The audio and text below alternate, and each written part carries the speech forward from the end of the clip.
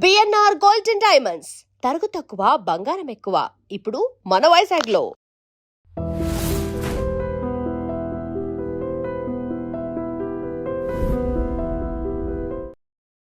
కృష్ణరాజు గారు ఇంటర్వ్యూకి వెళ్తున్నానంటే మీడియా మిత్రులు కొంతమంది అడగమన్నారు మిమ్మల్ని క్వశ్చన్.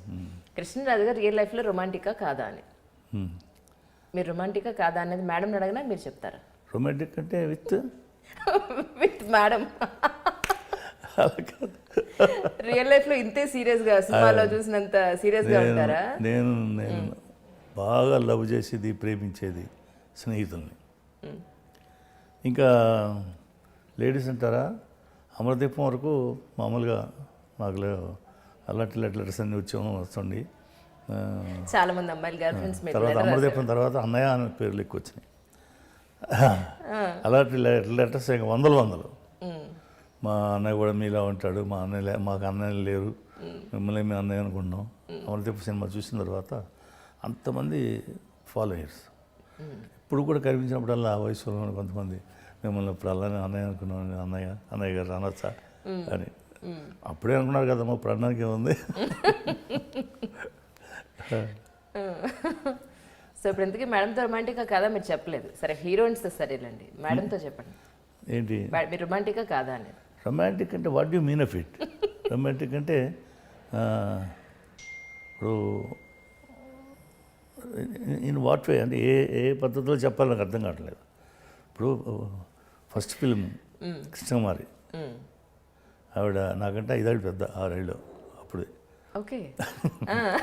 బాగా 30-40 సినిమాలు యాక్ట్ చేసి నాగేశ్వరరావుతో, రామారావుతో చాలా పాపులర్ హీరోయిన్. సరే ఆవిడతో ఫస్ట్ ఫిల్మ్ నేను యాక్ట్ చేసింది. మరి రొమాంటిక్గా చేశాం కదా మరి, అది కూడా అంటే సినిమాల్లో చేయడం వేరు, బయట చేయడం వేరు. సినిమాల్లో మరి కలర్ చేసి అందరిని పొడుస్తాం, బయట కూడా పొడుస్తూ కూర్చుంటాం. Correct sir. ఇప్పటివరకు యాక్టింగ్ ఈజ్ యాక్టింగ్. కరెక్ట్. ఇప్పటివరకు మీరు చేసిన హీరోయిన్స్లో అది మీకు టిపికల్ క్వశ్చన్, రొటీన్ క్వశ్చన్ కావచ్చు, కానీ మిమ్మల్ని బాగా ఇంప్రెస్ చేసిన హీరోయిన్ ఎవరు? అంటే ఎంత చక్కగా షార్ట్ పీరియడ్లో చాలా చక్కగా చేశారనేది కానివ్వండి. అంటే మా సొంత సినిమాలు చేసిందని చెప్పడం కాదు, కానీ వాణిశ్రీ, కృష్ణవేణి సినిమా నేను సొంత సినిమాది ఫస్ట్ ఫిల్మ్. అవునండి. నేను హీరో, ఆవిడ హీరోయిన్. అందులో చేసిన పెర్ఫార్మెన్స్ అనే విషయం మామూలు కాదు. ఇప్పుడు ఈ నేషనల్ అవార్డులు ఏమైనా ఉంటే అప్పుడు ఆ రోజుల్లో ఆవిడకి ఇవ్వాలి.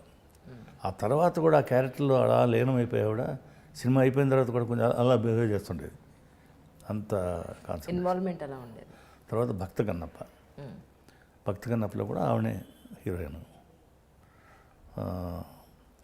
అసలు ఆ పెర్ఫార్మెన్స్ కానీ టైంలో టక్కన సినిమా మామూలుగా మాడుతూ వచ్చి ఆ క్యారెక్టర్లో ఆ డైలాగ్ చెప్పడంలో కానీ, ఎక్స్ప్రెషన్స్లో కానీ డైరెక్టర్ ఊహించిన దానికంటే ఎక్కువ.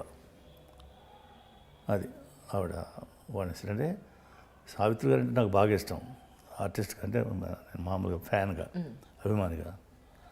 ఆ తర్వాత మళ్ళీ వాణిశ్రీని ఆర్టిస్ట్గా నేను గౌరవించాను. ఆ తర్వాత మళ్ళీ నెక్స్ట్ జయసుధ. అంటే ఆ లెవెల్ సావిత్రి గారు, వాణిశ్రీ గారు, జయసుధ.